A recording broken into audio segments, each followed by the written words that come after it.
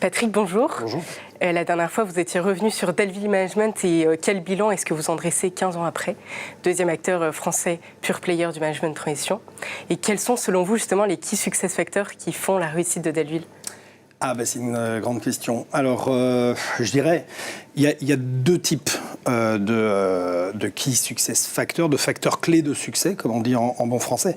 Le premier qui est certainement un peu tangible, c'est qu'on a été parmi les premiers à aller au plus près de nos clients, c'est-à-dire même géographiquement. Déjà, on a créé un club d'affaires qui s'appelle le Club Delville, où on soigne nos clients, nos prospects, mais on soigne aussi nos managers. Et puis, on a décliné cela dans des bureaux qu'on a ouverts un peu partout en France, je les cite, mais Lyon, Lille, Nantes, Toulouse et Strasbourg. Aujourd'hui, on fait la même chose à l'étranger. Il y en a un autre qui est le fait d'avoir une équipe qui est dédiée à la relation avec les managers de transition, à ne faire que ça. Il y en a même un autre qui est d'être organisé par secteur d'activité, par practice, c'est-à-dire quelqu'un qui est dans l'automobile, il ne parle que à quelqu'un qui est dans l'automobile, ce qui est très important.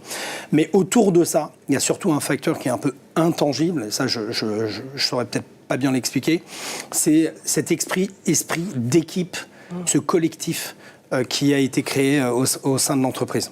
Alors peut-être on aura l'occasion de voir plus tard pourquoi ce collectif. Super, et donc c'est 65 collaborateurs, super soudés. Aujourd'hui, 65 collaborateurs qui vraiment travaillent en équipe, chassent en meute, pour reprendre un mot, et qui s'entendent très bien. Belle équipe.